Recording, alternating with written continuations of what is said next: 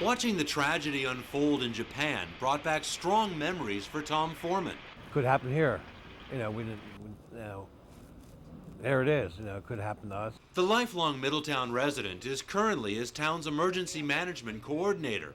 But 32 years ago, he was a young man watching a tragedy unfold at the nearby 3 Mile Island nuclear plant just a few miles from home. Scary, it was scary, and what do we do? How do we do or go, or who's going to help us, and what's our future like, and that kind of stuff. The accident happened here on March 28, 1979, when human error led to a partial core meltdown of the nuclear reactor and the release of radioactive gas. According to most experts, nobody was seriously hurt. But this near tragedy frightened the country and rocked the nuclear power industry. This is Unit 2. This is where the accident happened in 1979. Power Unit 2 is permanently shut down, a lasting symbol of that tragic day.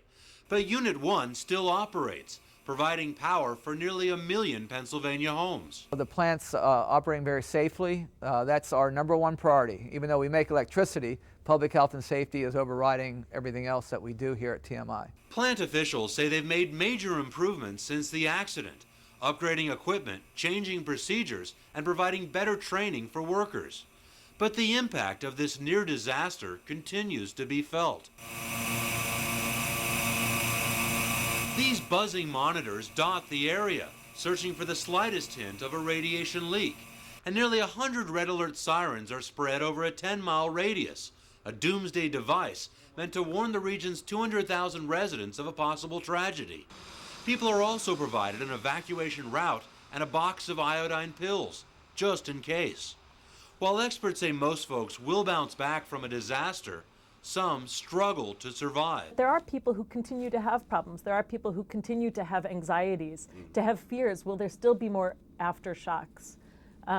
Will there still be another tsunami? Judy Bass is a mental health expert at Johns Hopkins University in Baltimore.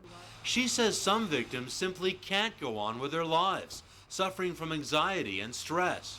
They include children and the elderly, as well as those most affected by the disaster.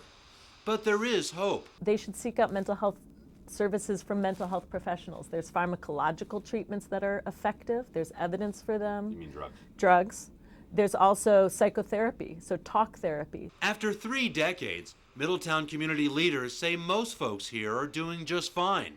But even though the tragedy in Japan makes them think twice about their next-door neighbor, Tom Foreman says this is where he wants to spend the rest of his life. I'm 62. I've been here 62 years. I love it here, and I'll be here I'll be here ever. So, yeah, I like this town. Jeff Napshin, CCTV at 3 Mile Island in Pennsylvania.